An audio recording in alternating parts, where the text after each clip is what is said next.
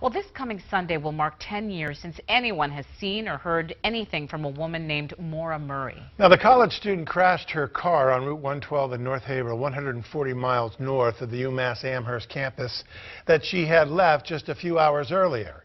Maura had vanished when police arrived. There was what appeared to be wine in a soda bottle in her car and other indications that she may have been running away. But her father and investigators think there is much more to her disappearance. Heather Hamill revisits the mystery. It's like it was yesterday to me, and it always will be, I guess, until I find out what exactly happened. And blink of an eye, gone. 10 years and no answers. Fred Murray will never forget the night he got life-changing news. His 21-year-old daughter, Maura, had crashed her car in North Haverhill, but she wasn't at the crash scene. The mystery of what happened to her has plagued Fred ever since.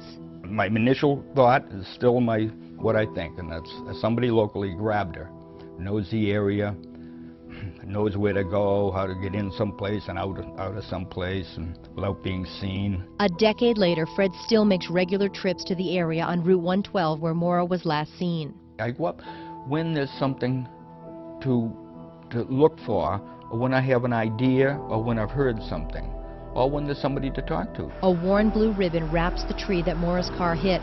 The family planned to put a new one up this week.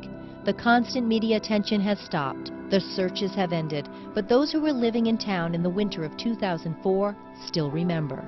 There was no tracks or anything in the woods or anything like that in the snow, so she had to have stayed on the road. I never had that feeling that it was a local person. You know, I always felt as though she was in the wrong place at the wrong time, and somebody came along. Many others feel Maura Murray is still out there, alive and well, having orchestrated her own disappearance. Search the internet and you'll find a number of blogs about Maura filled with theories and speculation. Our office and the state police do receive some information from people. Unfortunately, none of that has turned out to be fruitful. We haven't received any credible sightings of Maura since the night she disappeared. That night was February 9th, 2004. Police got 2 calls from 2 residents reporting a car off the road, the first at 7:27. A local bus driver later told investigators he saw a woman standing outside the black Saturn. An officer arrived at 7:46, finding the car locked and nobody around.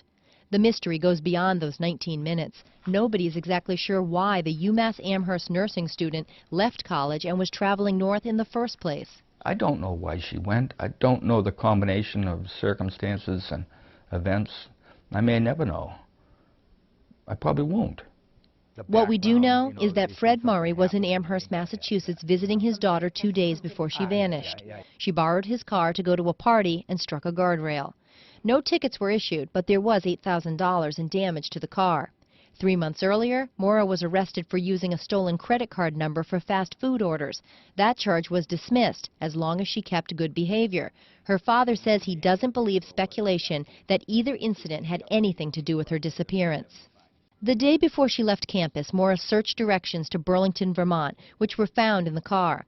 On February 9th, she sent an email to teachers saying that there had been a death in the family and she'd be away. Maura packed her car, withdrew money, and bought alcohol, including a box of wine that was found in the wrecked car. She made a call to Stowe, but never made reservations. She also called for information on a condominium in Bartlett where she had stayed with her family.